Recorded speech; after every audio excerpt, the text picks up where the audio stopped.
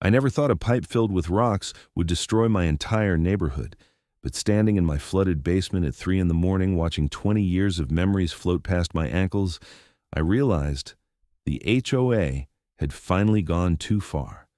My name is Aaron Whitmore, and I had lived in Ridgemont Springs, Colorado for 18 years. The subdivision sat in a natural valley about 40 miles west of Denver, nestled against the foothills where Pine Creek ran through our properties before continuing down the mountain. When my wife passed away 6 years ago, this house became everything to me. Every corner held a memory, every room a story. I worked as a civil engineer for the county, ironically enough, which meant I understood exactly how water drainage systems were supposed to function.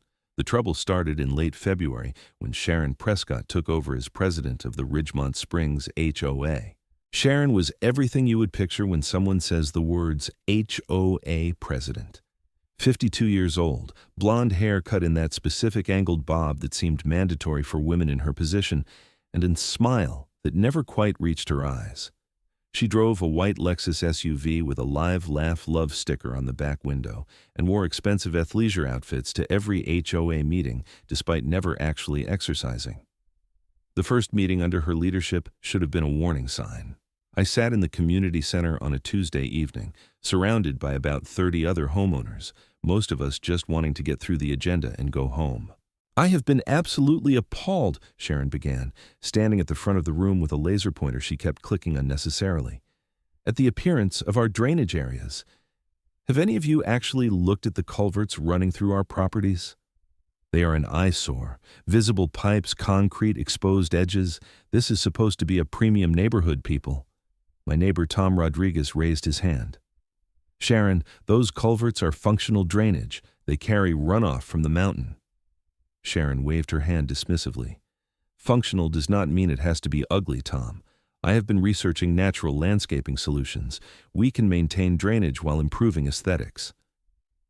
I should have spoken up then. I should have stood and explained in detail why you do not mess with established drainage systems, especially not in a mountain valley that received significant snowmelt every spring. But I had been dealing with a major project at work, and I was tired, and I figured someone else would talk sense into her. Nobody did. 3 weeks later, I came home from work on a Thursday afternoon to find a landscaping truck parked near the culvert that ran along the eastern edge of my property. The culvert was a corrugated metal pipe about 4 feet in diameter, set into a concrete base. It carried water from the properties uphill from mine, channeling it safely down to the creek. Simple, functional, and absolutely critical during spring runoff. 2 workers were shoveling gravel into the pipe. I parked my truck and walked over quickly. "Hey, what are you doing?" The older worker, a guy with a sun-weathered face and a company shirt that read Mountain View Landscaping, looked up. "HOA job. We are filling in these exposed pipes, making them look more natural." "Filling them in? This is an active drainage pipe." He shrugged. "We just do what the contract says, man. Talk to whoever hired us." I pulled out my phone and called Sharon immediately. She answered on the 4th ring, her voice carrying that syrupy, sweet tone that I had already learned to dread. "Aaron, hello. What can I do for you?" "Sharon, there is a crew filling my drainage culvert with gravel. That pipe carries water from 6 properties uphill. You cannot just fill it in." "Oh, the beautification project. Yes, is it not wonderful? I found a landscaper who specializes in natural drainage solutions. Instead of those ugly pipes, we will have attractive stone-filled swales, much more in keeping with our mountain aesthetic." I took a deep breath, forcing myself to stay calm. "Sharon, I am a civil engineer. This is my job. Those pipes are sized specifically for the water volume they need to handle. If you fill them with gravel, the water has nowhere to go." The landscaper assured me that water will flow right through the gravel. It is called pervious fill or something. Very environmentally friendly. During normal rainfall, maybe. But in April, we get snowmelt from the entire mountainside. We are talking hundreds of gallons per minute flowing through that pipe. Gravel will slow it down, block it, and the water will back up. "I appreciate your concern, Aaron, but I hired professionals. They know what they are doing. And the HOA board approved this project unanimously. It is already in motion. Did you get an engineering assessment? Did anyone actually calculate the drainage capacity?" We do not need to hire expensive engineers for every little project. That is what landscape professionals are for. Now, if you will excuse me, I have another call. The new plants for the entrance are being delivered tomorrow." She hung up. I stood there watching the workers continue to shovel river rock into the pipe, feeling a cold knot of dread forming in my stomach. I called Tom Rodriguez, who lived 3 houses up the hill from me. "Tom, did you authorize the HOA to fill in the culverts?" "The what now?" "The drainage pipes. Sharon said the board approved it unanimously." Tom was quiet for a moment. "Aaron, she sent an email about a beautification project. There was nothing specific about culverts or drainage. The email just said she wanted to improve the visual appearance of common areas and asked if anyone objected. I figured she meant planting some flowers or something." That was classic Sharon. Vague language, fast approvals, and by the time anyone realized what was actually happening, the work was already done. I spent the next 3 hours calling every board member I could reach. Most of them had the same reaction as Tom. They had approved the concept without understanding the details. But by evening, when I drove around the neighborhood, I saw that the crew had already finished 4 culverts, including mine. 12-inch river rock, tightly packed, filling the pipes nearly to the top. That night, I drafted a detailed email to the HOA board explaining the problem. I included calculations showing the drainage capacity of the pipes versus the reduced capacity with gravel fill. I attached photos. I explained that we were heading into peak runoff season. I begged them to remove the gravel immediately. Sharon responded the next morning with a 2-sentence email. "Your concerns are noted. The board stands behind our decision to improve neighborhood aesthetics." March passed. We had a relatively dry few weeks, which probably made Sharon feel vindicated. The gravel-filled culverts looked, admittedly, more attractive than exposed pipes. You could barely tell there had been pipes there at all. Water from the occasional rain shower seeped through the rocks and continued downhill without any obvious problems. But I knew what was coming. I spent the first week of April watching the weather reports obsessively.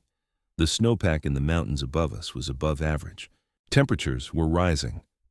The National Weather Service issued a flood watch for our county. On April 7th, I sent another email to Sharon. "Sharon, we need to address the culvert situation now. The runoff is starting. I can already see water pooling uphill from the blocked pipes. Please authorize removal of the gravel before we have a serious problem." Her response came 3 hours later. "Aaron, I understand you are anxious, but the landscaper assured us the drainage design is sound. Let us see how it performs before we make any rash decisions. Removing the gravel would waste thousands of dollars and undo all our aesthetic improvements." I forwarded the entire email chain to my insurance company, documenting everything. I took photos and videos of the culverts. I sent a certified letter to the HOA board, formally objecting to the modification and warning of potential flooding. I did everything I could think of to protect myself. The weather turned warm on April 10th. Temperatures in the mountains hit the high 60s, and the snowmelt began in earnest.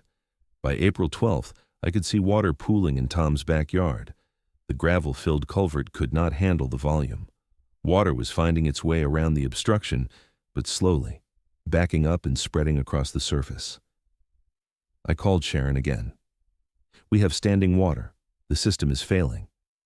"It is just a little backup, Aaron. It will settle." "It will not settle. It is going to get worse. We need to excavate those culverts now." "I am not authorizing an emergency excavation over a few puddles. Stop being so dramatic." On April 14th, the temperature hit 72 degrees. I came home from work to find water streaming across my yard, bypassing the blocked culvert entirely and flowing directly toward my house. I spent 3 hours digging a temporary trench to divert the flow, but I was fighting against the mountain itself. That night at 11:30, Tom called me. "Aaron, my basement is flooding." I drove up to his house in the dark. Water was pouring around the side of his foundation, finding every crack and gap. His sump pump was running continuously, but it could not keep up. We spent until 2 in the morning hauling his belongings out of the basement and stacking them in his garage. "How bad is this going to get?" Tom asked, looking exhausted. "Worse," I said. "This is just the beginning of runoff season. We have at least 3 more weeks of heavy melt." By morning, 4 more neighbors had water in their basements. I called an emergency HOA meeting. Sharon tried to delay it, but enough homeowners were angry that she had no choice. We gathered at the community center on April 16th, and the mood was ugly. "This is a natural flood event," Sharon insisted from the front of the room. "We have had warm weather. There is nothing we could have done." I stood up. "Sharon, this is not a natural flood. For 18 years, those culverts handled runoff without any problems. You blocked them. You created this situation. The landscaper said the drainage would work. Then your landscaper was wrong. And every day we wait to fix this, more water backs up and more homes flood." A woman named Patricia Jenks stood up. She lived 2 houses down from me. "My entire basement is underwater, $20,000 in damage. Who is paying for this?" Sharon's expression tightened. "The HOA is not responsible for individual property damage. That is what homeowners insurance is for." The room erupted. 30 voices shouting at once, people demanding answers, demanding action, demanding Sharon's resignation. She banged a gavel on the podium. "Everyone calm down. I will contact the landscaping company and ask them to assess the situation." "We do not need an assessment," I said. "We need excavation equipment. We need those culverts cleared out immediately." "I will not authorize that expense without proper review." Tom stood up beside me. "Then we are removing you as president. I call for a vote of no confidence." Sharon's face went pale. "You cannot do that. That is not in our bylaws." I had actually checked the bylaws the night before. "Yes, we can. Any officer can be removed by a 2/3 vote of homeowners present at a meeting. We have 37 people here. We need 25 votes. We held the vote right there. 32 people voted to remove Sharon." She stood at the front of the room, her face red, her hands shaking. "This is illegal. I will sue. You cannot just remove me because you do not like my decisions." "We are removing you because your decisions are flooding our homes," Tom said. "Leave, Sharon." She grabbed her bag and stormed out, slamming the door behind her. We appointed Tom as temporary president and voted to authorize immediate excavation of all modified culverts. I called a local excavation company that I knew from work, and they agreed to start the next morning. But the next morning brought another problem. When the excavation crew arrived at 7 a.m., Sharon was standing in front of the first culvert with her phone out, filming. "This is HOA property," she announced. "I'm still the legal president until proper procedures are followed. I do not authorize this work." The excavation supervisor, a big guy named Carl who I'd worked with on county projects, looked at me. "Aaron, I cannot dig if there is a legal dispute." "There is no dispute," Tom said, walking up with a folder of documents. "We held a proper vote. She was removed."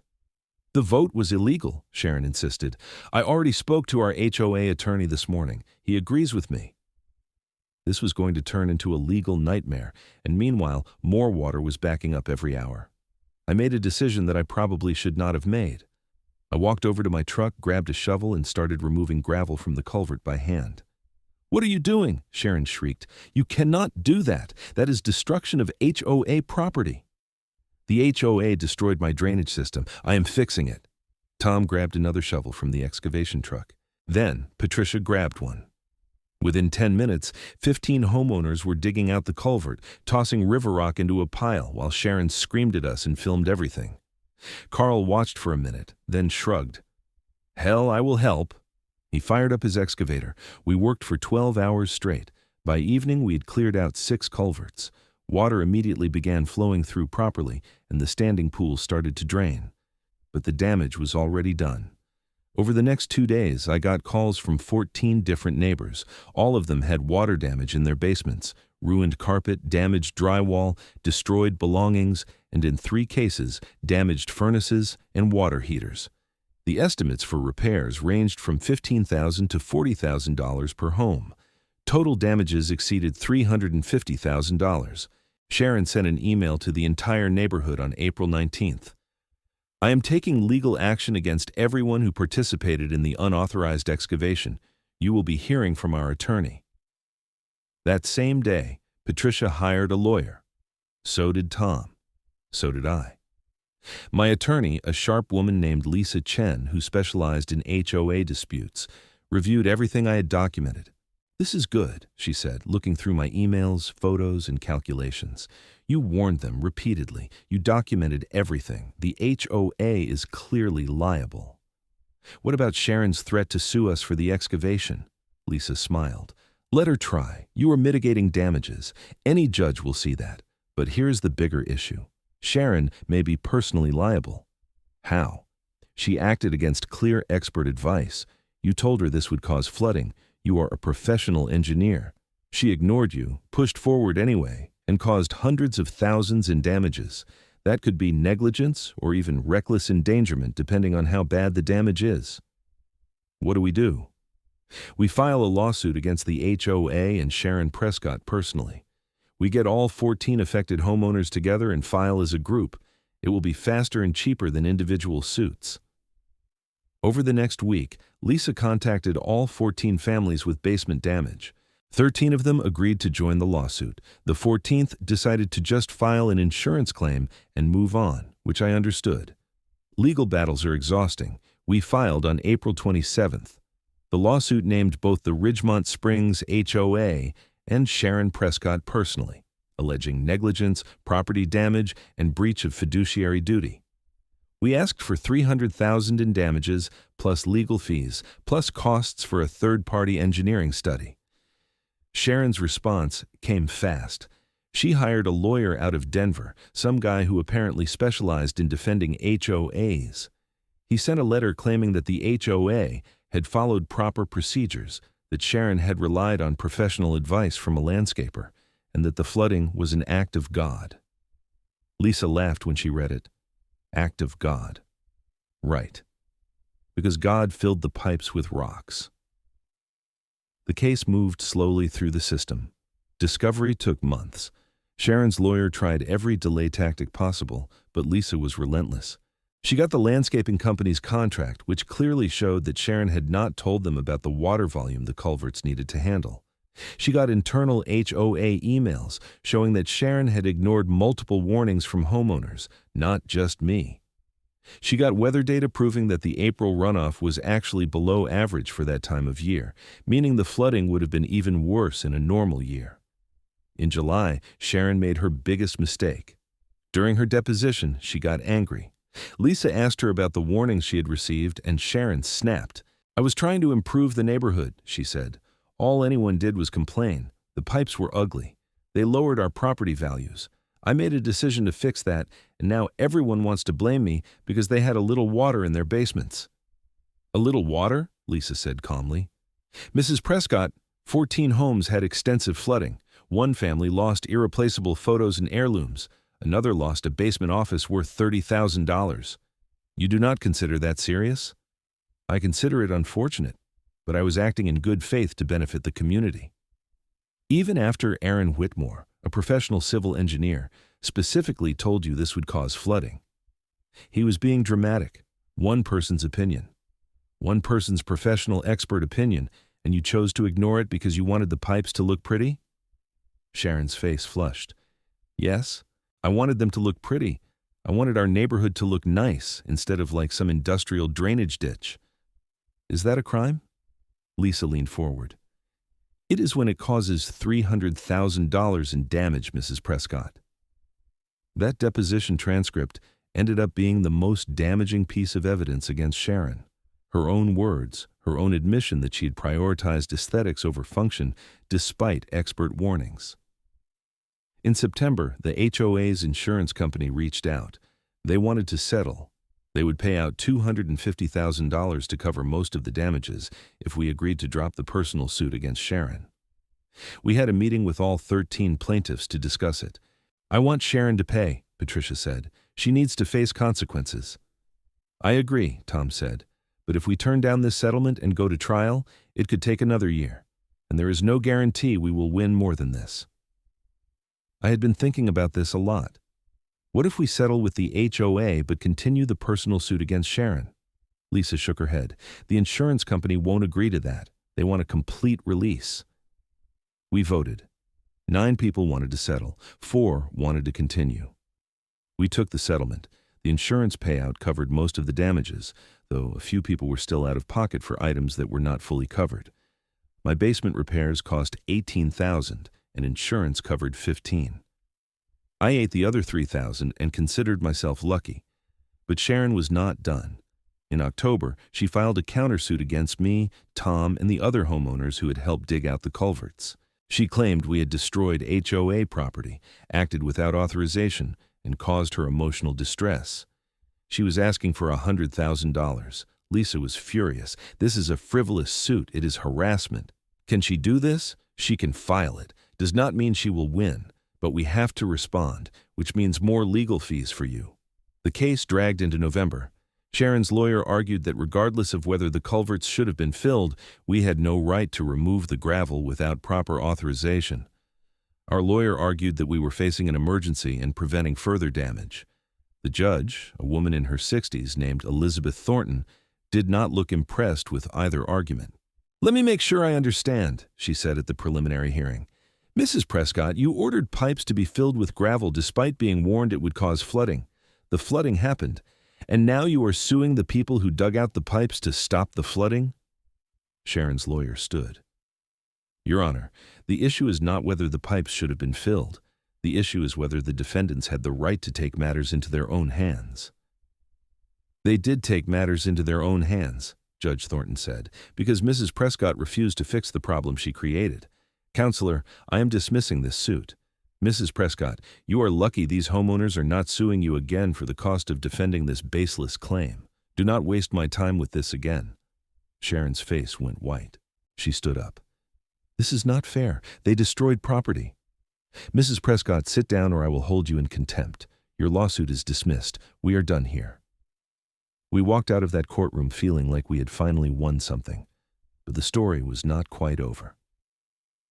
In December, the new HOA board, which included Tom and Patricia but not me because I had no interest in that kind of responsibility, commissioned a full engineering study of the neighborhood drainage system. The engineer's report came back in January, and it was damning. The report confirmed everything I had warned about. The culverts had been properly sized and installed. The gravel fill had reduced drainage capacity by 70%. If the gravel had remained in place through the peak of runoff season, the flooding would have been catastrophic, potentially affecting 20 or more homes instead of 14. The report also found that one of the culverts Sharon had filled was actually on county property, not HOA property.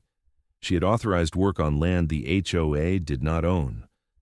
Tom called me when he got that news. "Aaron, I think we need to report this to the county." "Report what exactly?"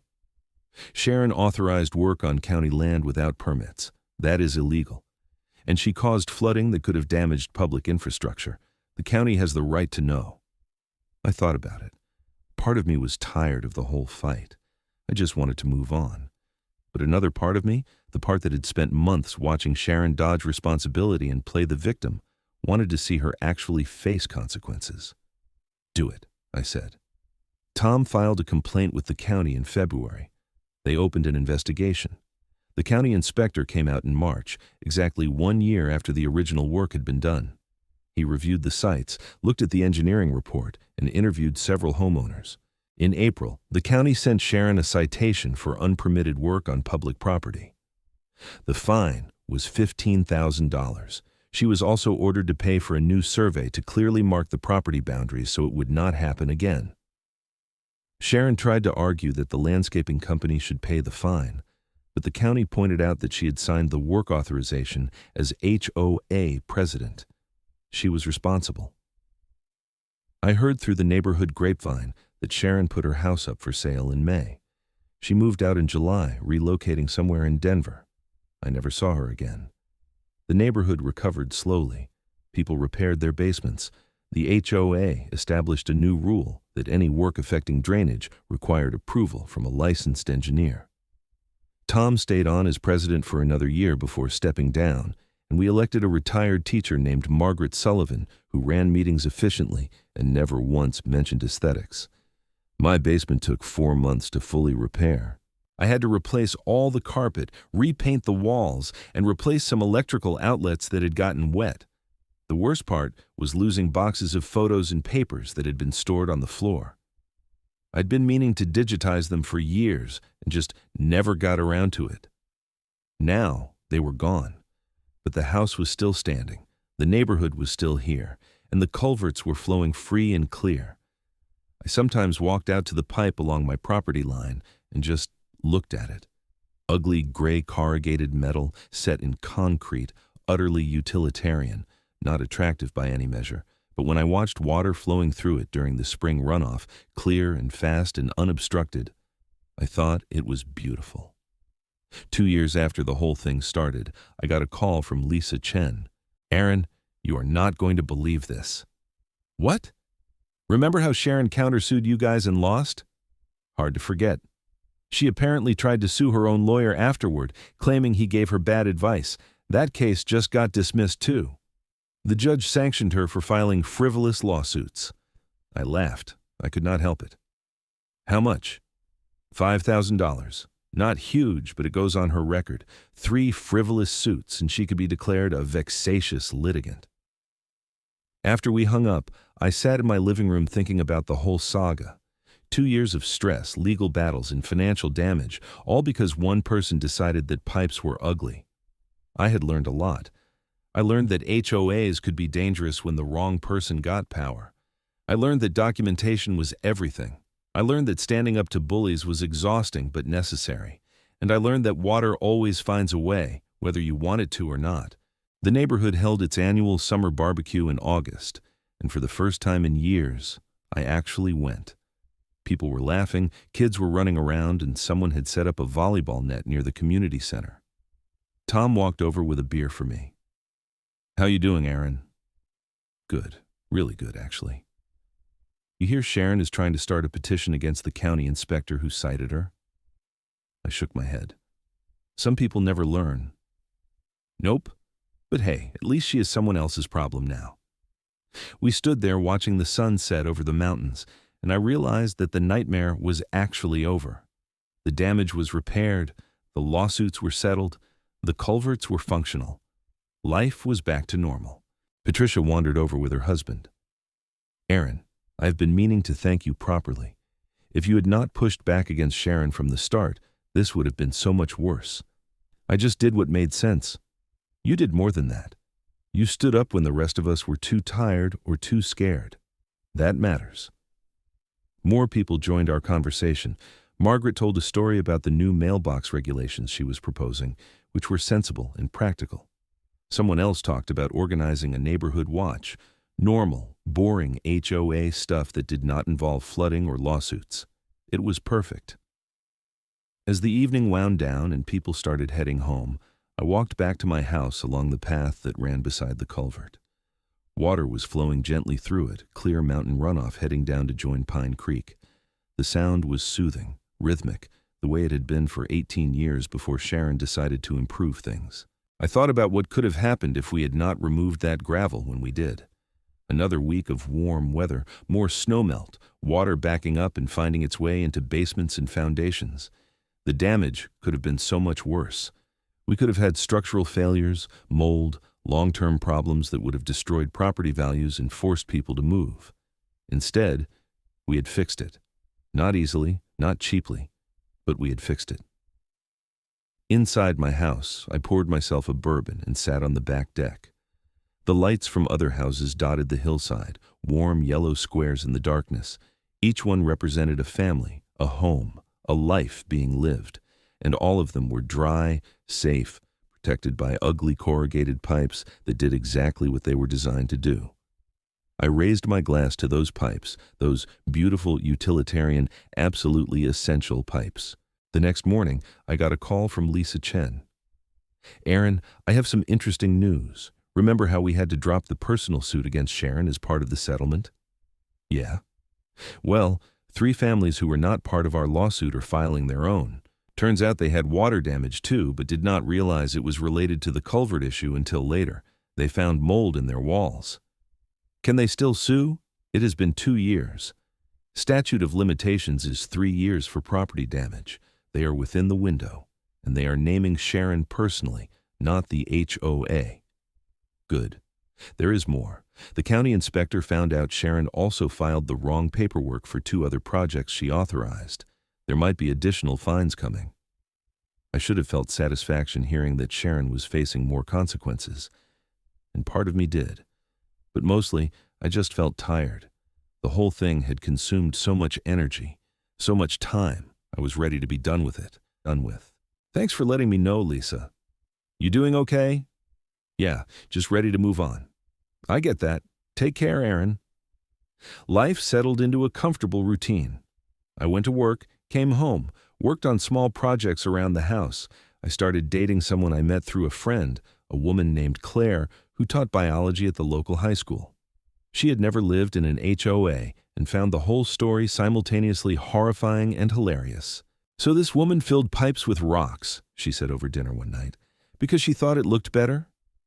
Yep. And then got mad when people dug the rocks out to stop their houses from flooding. That about covers it, Claire shook her head. I will never understand HOAs. You pay hundreds of dollars a year so someone can tell you what color to paint your mailbox. In theory, they are supposed to maintain common areas and protect property values. And in practice? In practice, they give petty tyrants a little bit of power and let them run wild, she laughed. You should write this down. Seriously, no one would believe it. Oh, people would believe it. Everyone has an HOA horror story.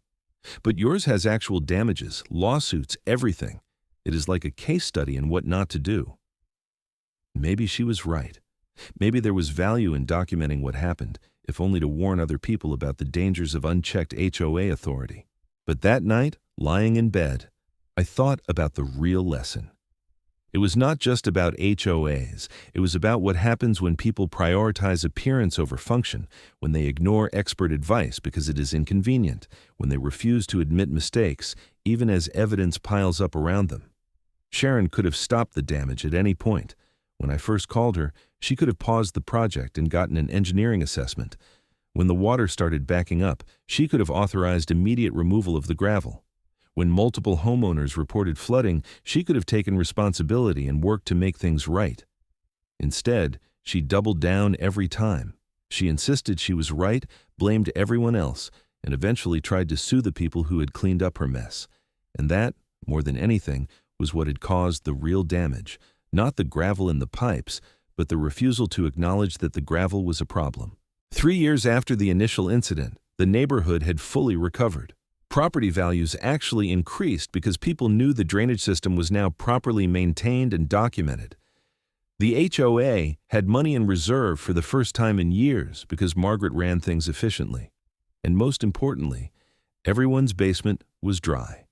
I got an email one day from a homeowner in Texas who had somehow heard about our story. He was dealing with his own HOA nightmare involving improperly installed retaining walls. He wanted advice on how to fight back. I spent 2 hours writing a detailed response. Document everything, get expert opinions, know your bylaws, do not be afraid to push back, bring other homeowners together, and most importantly, understand that you are not crazy for thinking functional systems should not be destroyed for aesthetics. He wrote back a week later saying he had organized a group of 20 homeowners, and they were demanding the HOA hire a structural engineer to assess the walls. It felt good to know that our disaster might prevent someone else's. Claire moved in with me that fall. She liked the house, liked the neighborhood, and thought the HOA drama made for good dinner party stories. We hosted Tom and his wife for dinner one night, and the four of us laughed about things that had not been funny at the time. Remember when Sharon filmed us digging out the culvert? Tom said. She was shouting about us being vandals while water was literally pooling behind us. I still have that video, I said. She posted it to the neighborhood Facebook page trying to shame us. Did you save it? Absolutely. Evidence? Claire looked at us. You all have PTSD from this, you know that, right? Probably, Tom admitted, but at least we won. Did you, though? I mean, you spent 2 years dealing with lawsuits and repairs. Sharon just moved away. She had a point.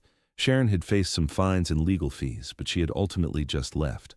No criminal charges, no major consequences, just an expensive exit from a neighborhood she had damaged. We kept our homes, I said. That is winning. The following spring, the runoff season came again. I watched the water levels carefully, checking the culverts every few days. But the system worked perfectly. Water flowed where it was supposed to flow, and everyone's basement stayed dry.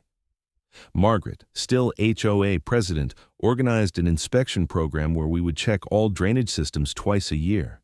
She hired me as a consultant, paying me a small fee to assess everything and write a report. It felt good to use my expertise to prevent problems instead of fighting about them after the fact. One evening in May, I got a call from an unknown number.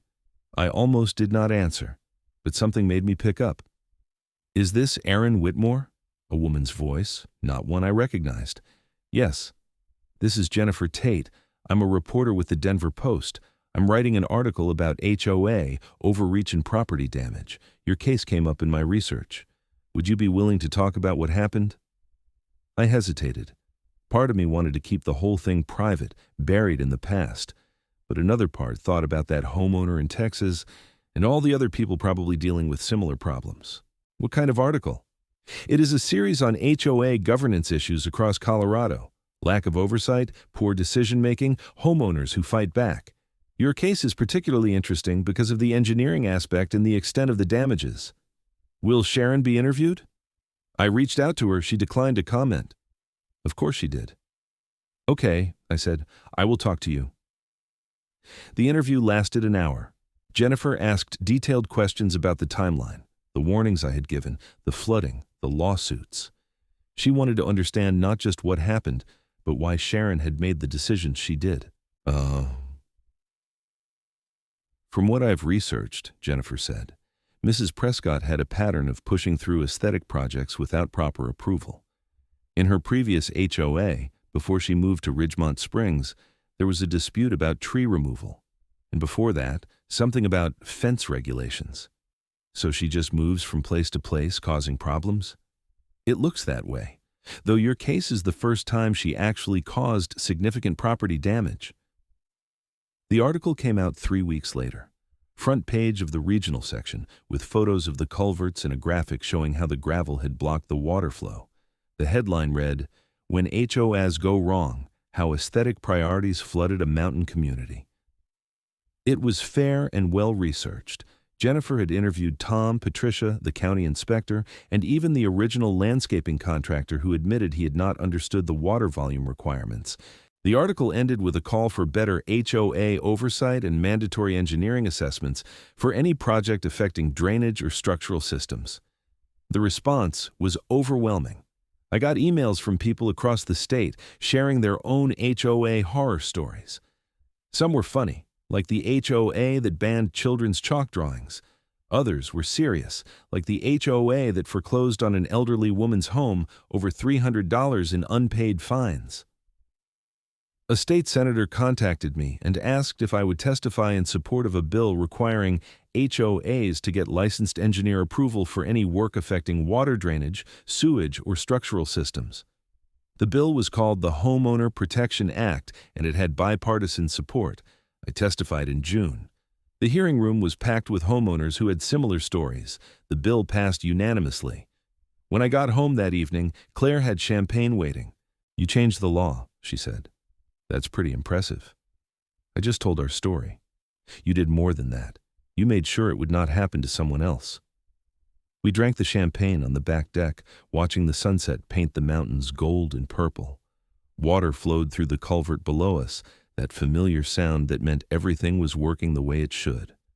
4 years after Sharon filled my culvert with gravel, I could finally say the story had a good ending. The damage was repaired, the systems were fixed, the law was changed, and my basement was dry. I still think about those 2 weeks in April when water was rising and Sharon was refusing to act. I think about standing in my flooded basement at 3 a.m, watching memories float away. I think about the fear that the foundation might be compromised, that I might lose the house entirely. But I also think about the neighborhood coming together.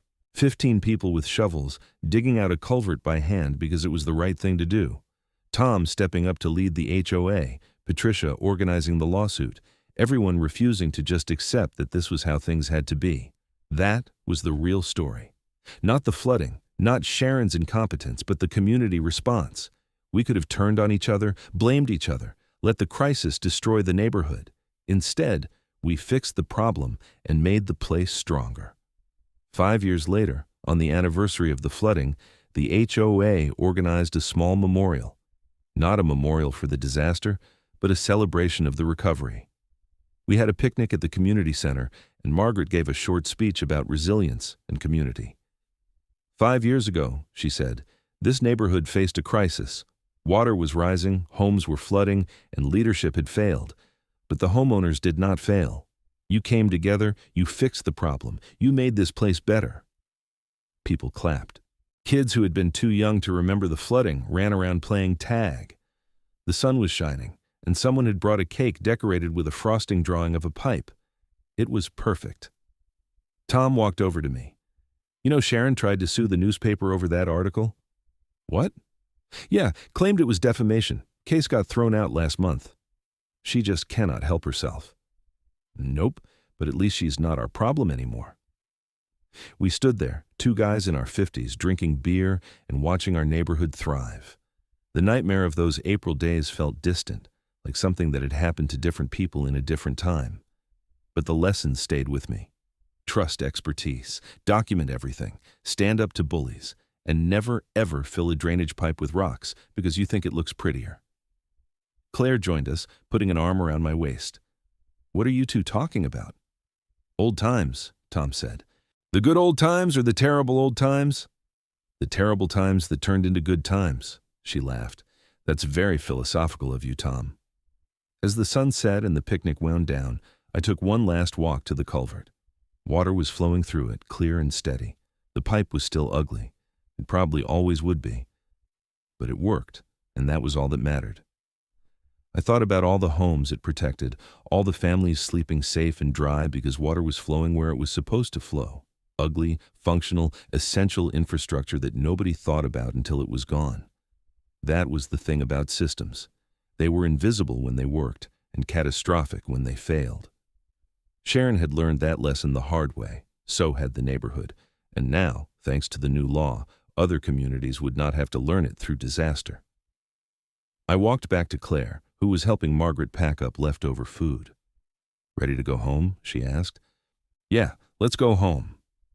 Home, my house, my basement, my ugly but functional culvert.